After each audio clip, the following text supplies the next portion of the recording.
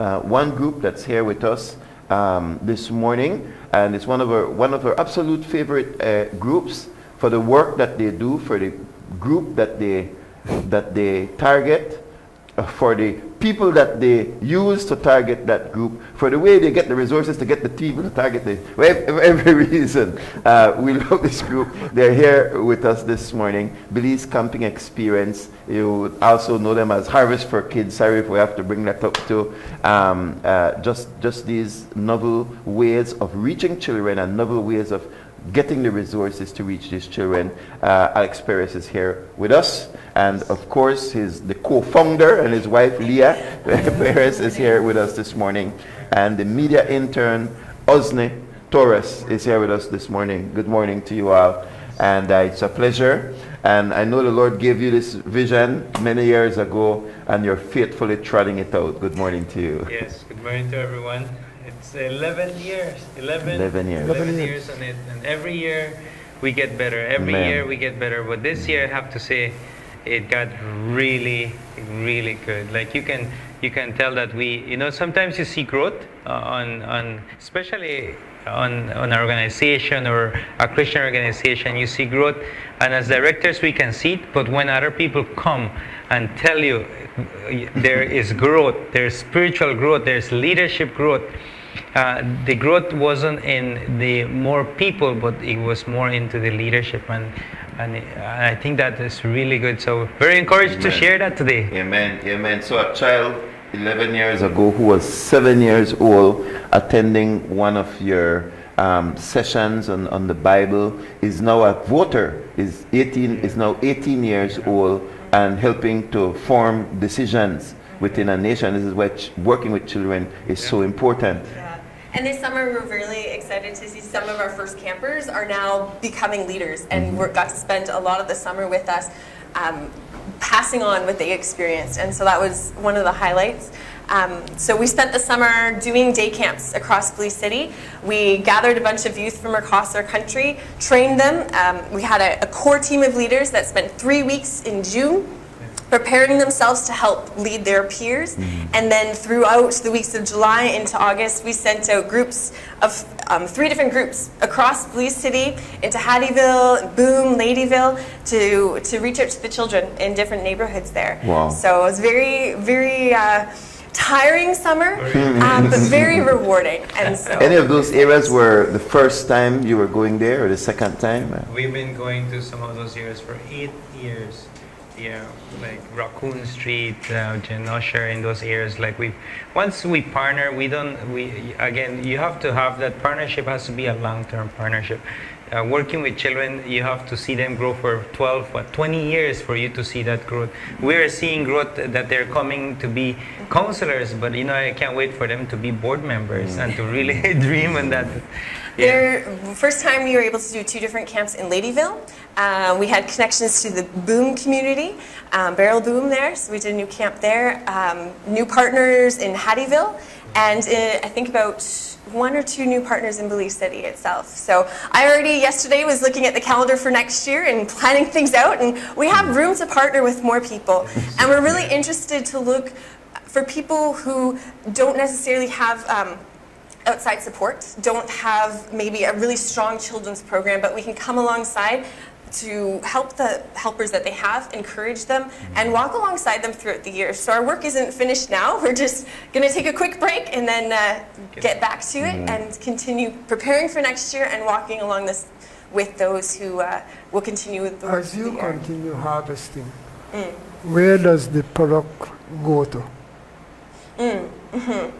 So Harvest for Kids is a program that helps fund our programs through the year. So as we harvest, the farmers take care of.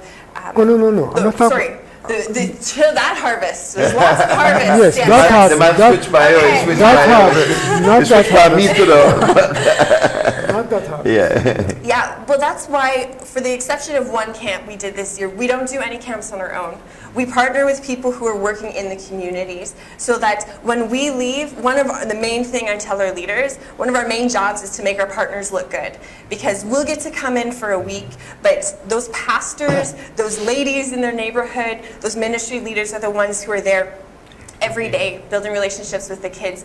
And so the kids will continue to go to the regular programs, to the same church, and then we will come in to just stand alongside, to support, maybe do something special at a church school, to encourage the kids and keep building the credibility of the leaders who are there. Are you also interested in ensuring that those children understand that they need to be born again if they're going to enter into the kingdom? Absolutely. Our message is the gospel. And if we present anything about social issues, it always comes back to why. Why is this important? Because of the gospel. One of the exciting things that we teach is the gospel hand motions. It just walks through with the hands what the gospel message is, which, you know, we train a lot of young people, and when you ask them what's the gospel, not a lot of them will be able to verbalize it. Wow. And so what we're trying to do is create simple ways that you don't need paper, you don't need a cube, your own hands, that you can communicate the gospel message, teach the children in such a simple way, the children can go home or to their neighborhoods, to their families, and share the gospel. So we want to change this culture to be able to verbalize and understand what the good news of Jesus Christ is. We generally have a verbalization problem already in the society where parents tell the children, go the back, get out of this, or don't communicate. So there's already that gap where our children are silent and don't want to speak. But I think one of the things that children's ministry should do on a whole is help our children to become more expressive, to speak, and then of course to share the love of Christ in a way that they fully understand it and can transfer it accurately as well. So we're in a deficit in general. So it's always good when we can get children, because at the point in time too when your children are becoming counselors, it is showing that they are blossoming into productive, God-fearing citizens. Because as I said, our children tend to be very reserved. They tend to be very reserved. But when they're volunteering as counselors and so on, they have to interact, have to make friends, have to share the gospel and these things. Now for you, Mr. Torres, you're an intern with the group. How did you first hear about Harvest for Kids, and then to the point now where you have on your ad, it's Audi. But okay, audience, it's not even that. All right, but how did you decide to? How did you find out about the group, and then eventually decide to volunteer? Okay, well, at first I was serving at my church as a youth leader, and one of my fellow youth leaders was volunteering with the ministry, right? And then there was this opportunity for a media person that they needed, and that's how we got connected through my friend who was already serving there as a volunteer. And then I met with Alexander, and then we spoke about what the ministry is about. He told me everything, right? And how media is important in the ministry. And then that just got my attention, because I majored in IT, right? So I could quickly click in what he was trying to tell me, what the vision was. And it was really interesting, because I grew up at my church, and it was like something small. So all my life it's just there. But then here comes Alexander, and he shows me something bigger. How God can use me in a much bigger way. And the thing, what's interesting about it in that point in my life, I had a strong feeling that God wanted to show me more, that I could do more. And here comes Alexander. He talks to me. I meet him. I meet Leah. I meet the ministry. He tells me, come and try it out for 2 months. Right? And it was such a blessing that those 2 months were the exact 2 months that they were doing summer last year. So I got thrown in right into the intense part of the summer, and I loved it. And I saw something that I didn't even know was going on in my own country, right? And what I love about it is that I get to see everything, right? There are counselors that come and they go to their specific camps, but as the media person, I get to visit all the camps. I get to see all the kids. I get to connect with all the counselors and hear their testimonies, right? So it's been a really amazing experience that I've been able to join the team. Right, and we'll be seeing some of your images very shortly, but I have to tell you, Alex, you have an amazing ability, you and your wife have an amazing ability to find Christians willing to volunteer and actually put aside their life for a period of time to invest in children for the glory of God. And I must congratulate you on it, because churches across this country are starving for volunteers.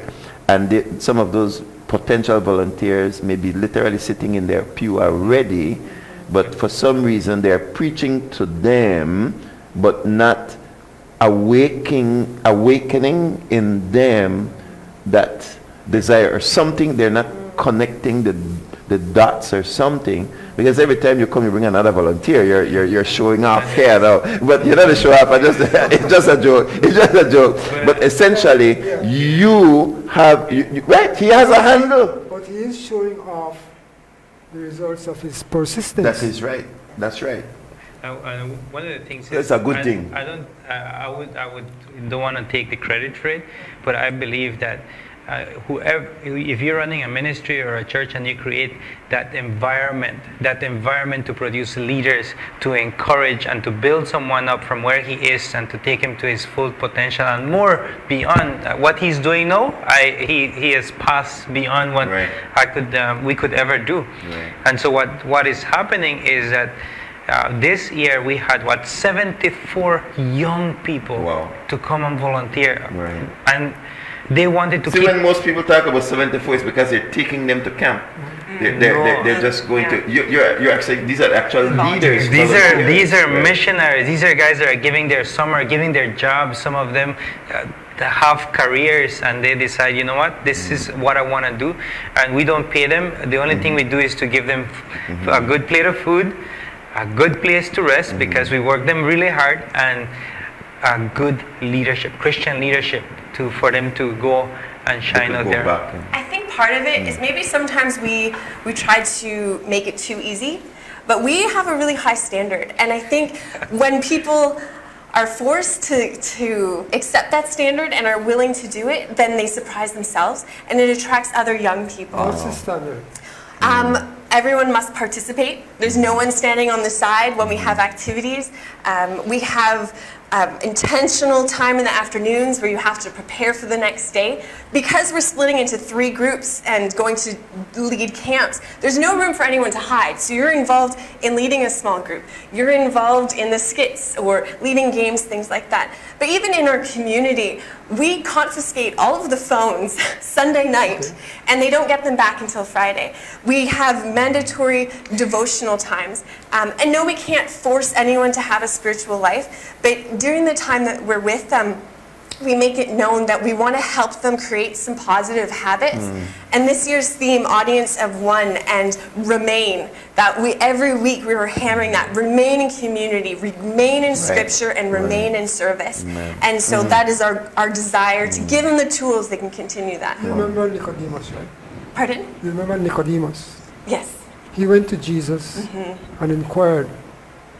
And Jesus said to him, if you want to enter the kingdom, you must be born again. Yeah. And I'm always concerned about not hearing enough of that Yeah.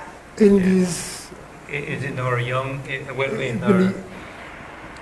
Because it's all well and good to be given scriptures and to live a quote unquote good life. Yeah. But that doesn't answer Nicodemus' question. Yeah. Yeah. One of the things that we were able to experience is that the young people that came are Christians, right? Like you said, are Christian, and they come and they think they're good enough. They think they come from, they're youth leaders, and they come to BCE and they realize that the gospel, they don't understand the gospel. Right. And how would you teach the kids the gospel if you don't know it yourself and it hasn't impacted your life? And so at the end of the summer, the young people came to services. I'm getting baptized. I got it. No. We've had young people come, and at the end of the week, or by the time we're talking about sharing the gospel on Tuesday, they're like, I don't know if I'm a Christian. Right. I thought I was. And again, we have standards they have to apply, and they have to share their testimony why they want to come. But then we continue to challenge them. One thing I kept emphasizing this summer is if you're a believer, I don't care where you are in your spiritual walk, but we want you to grow from That's there. right. So if you've been a believer just for a couple months, then let's walk from there. If you've been doing this and you grew up in the church, let's walk from there. But we're not standing still. We're moving forward. So yeah. Now, talk to us.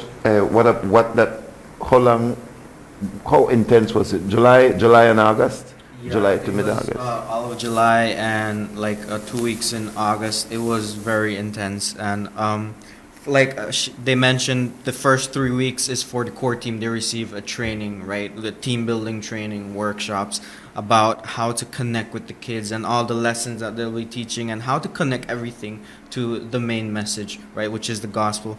And then we go into, I think it's 6 weeks of camps, right? Going to 3 camps every week. So you're doing 3 camps every day simultaneously at the same time, right? And then we come back in the afternoon and we do what is called the afternoon program with the youth, right?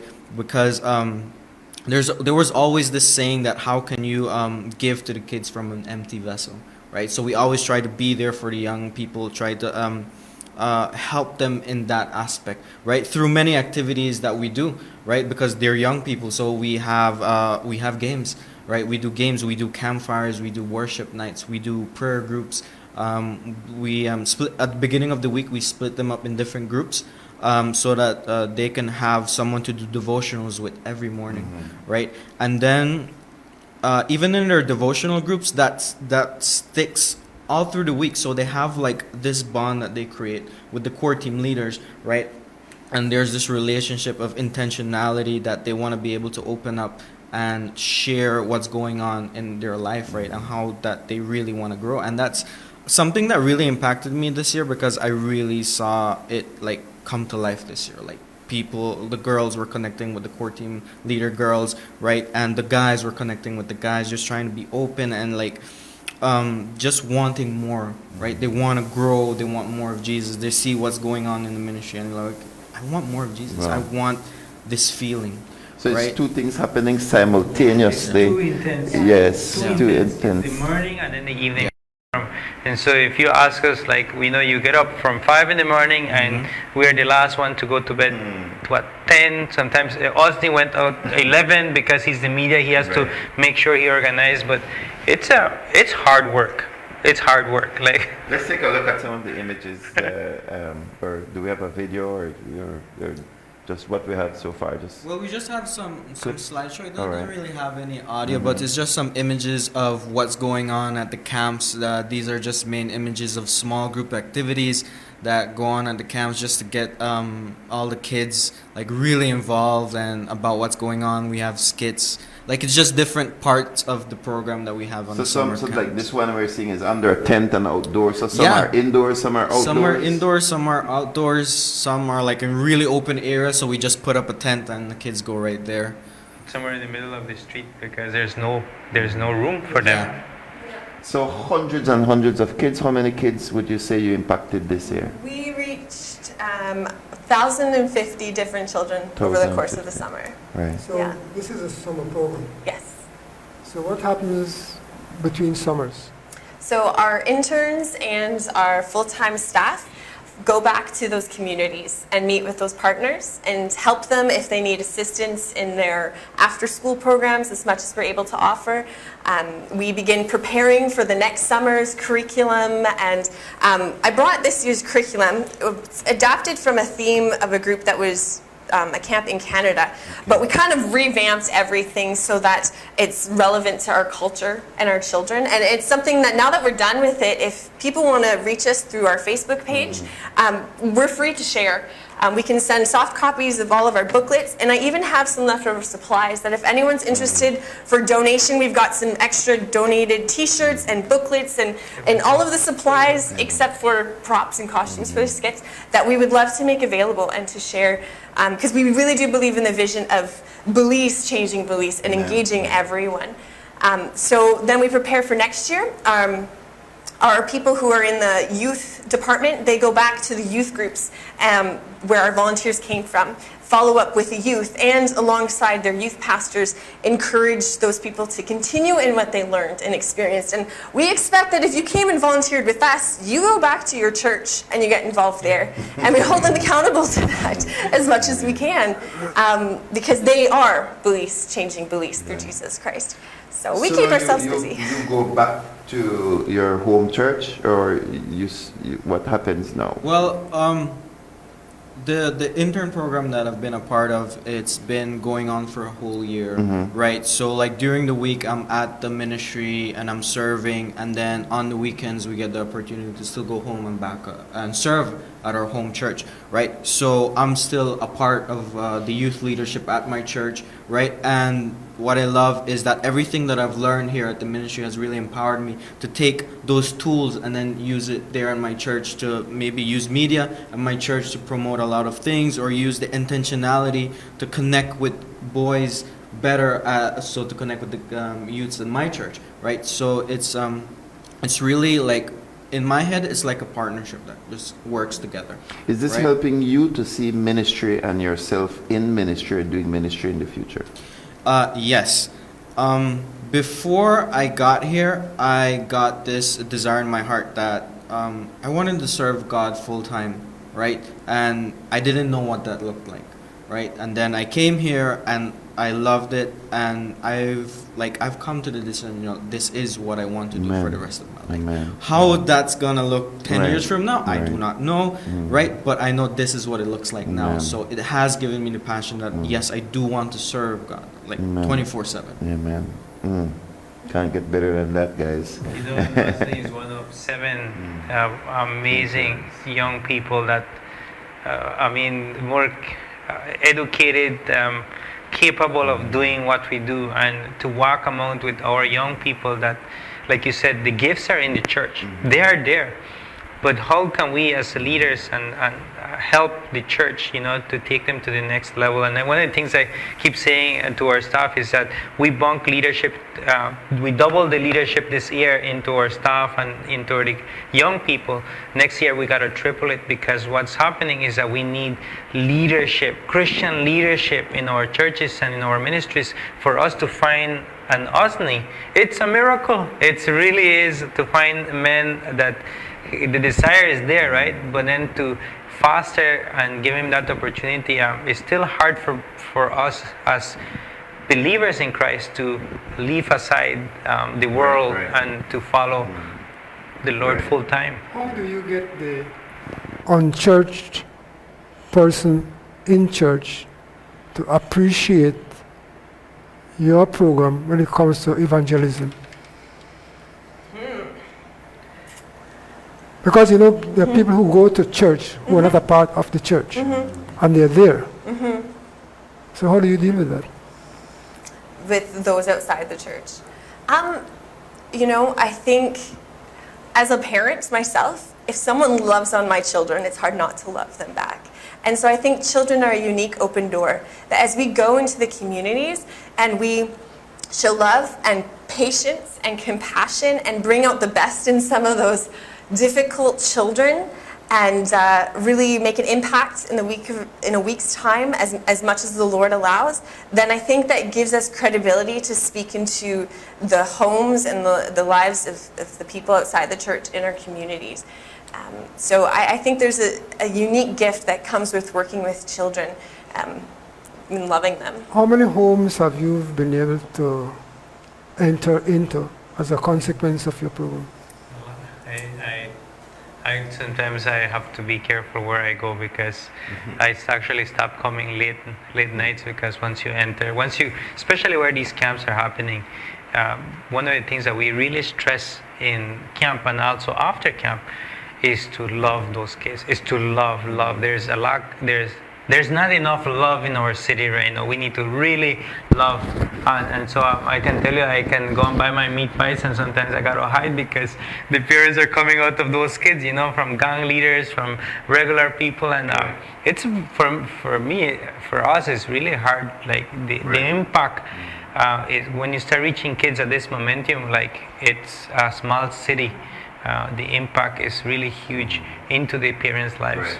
And I think more so now, though, it's less of us going into the homes and more helping to build the credibility of the people in the communities who live there and are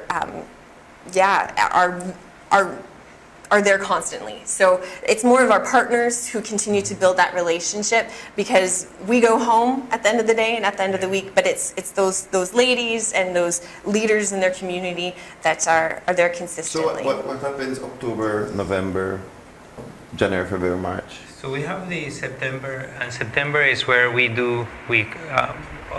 our year finish on is September 17th. So we do reports, making sure our budget for next year, making sure that we can change things that don't work. So that month is very important. Also in the internship, like Osni is going to go back to his church for 3 months, and so we got to make sure that they're ready.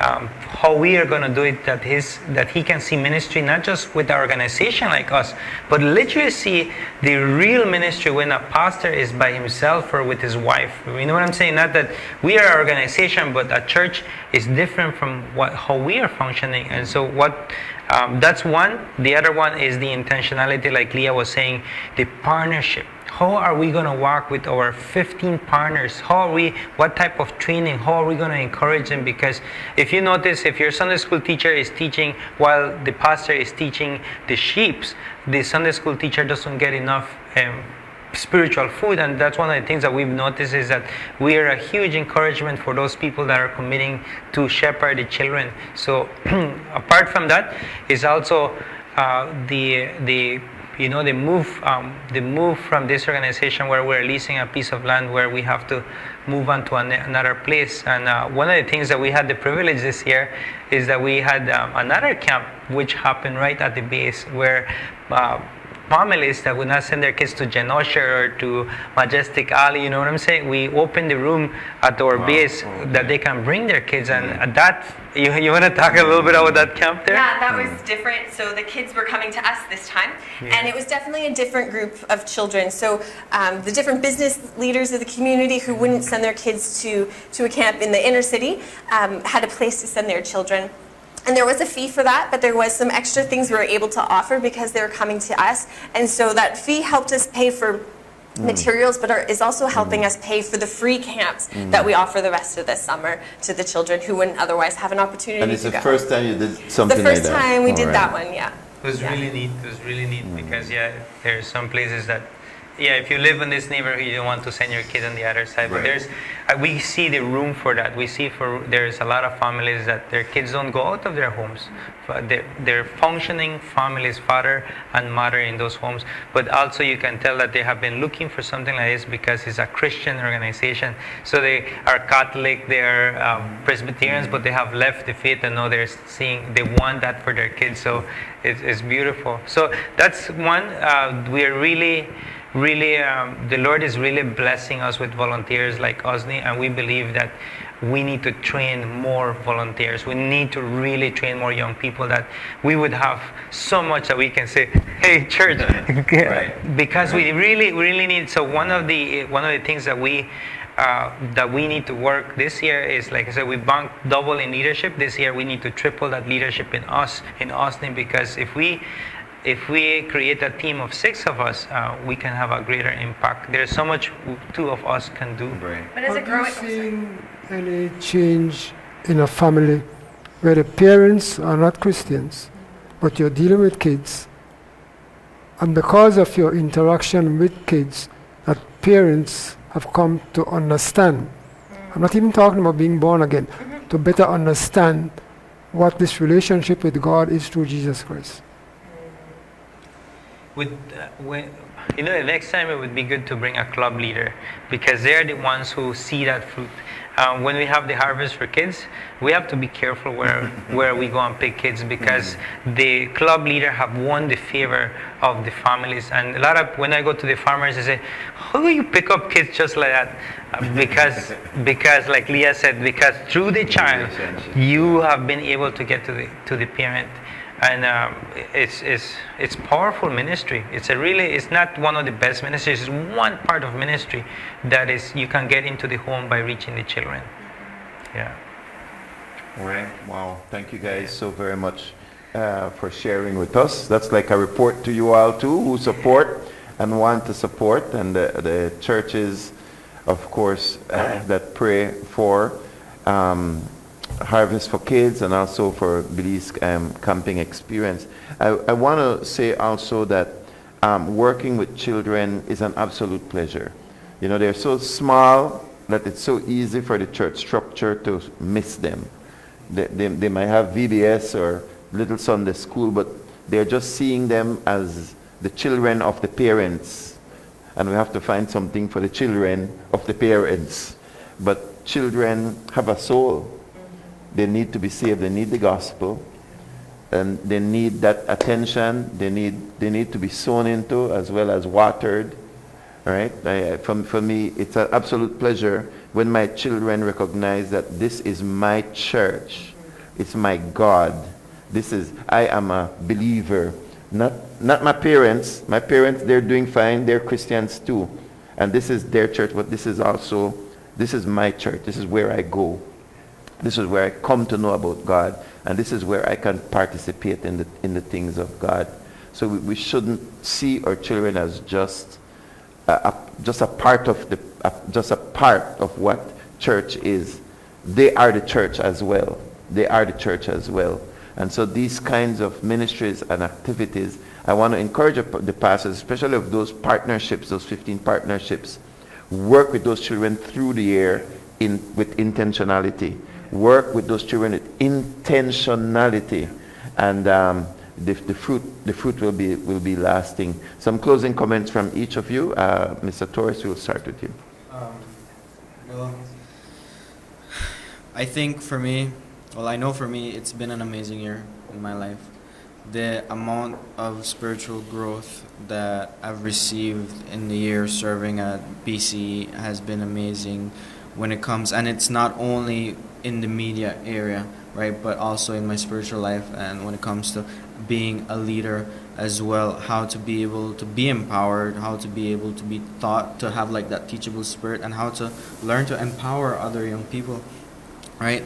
And like our vision for the young people this year is for the audience of one, right? And that's something that I want it to stick in my heart. That everything we do, like for the audience of one, that one who is God, who's always like seeing us and loving us, to do everything for Him, and like we do that through our the slogan that goes with our vision, which is to remain in community, scripture, and service. Right, those three powerful things that allow us to have a really close relationship with God, to love God, and to also to love our neighbors. So I'm really grateful for the opportunity that I've received at BCE. Thank you, guys. Yes, for me, I want to give thanks to Plus TV for the support that they have given us. We cannot do it alone. Media is definitely a special part of our ministry, and we do not take it for granted. So this is a great privilege for us. Another part of it is that we're going to see Belize change Belize, because there is a lot of hope in our country. There's a lot of great leaders that are coming. They're coming.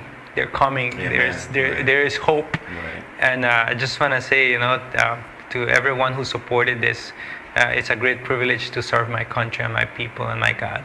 Amen.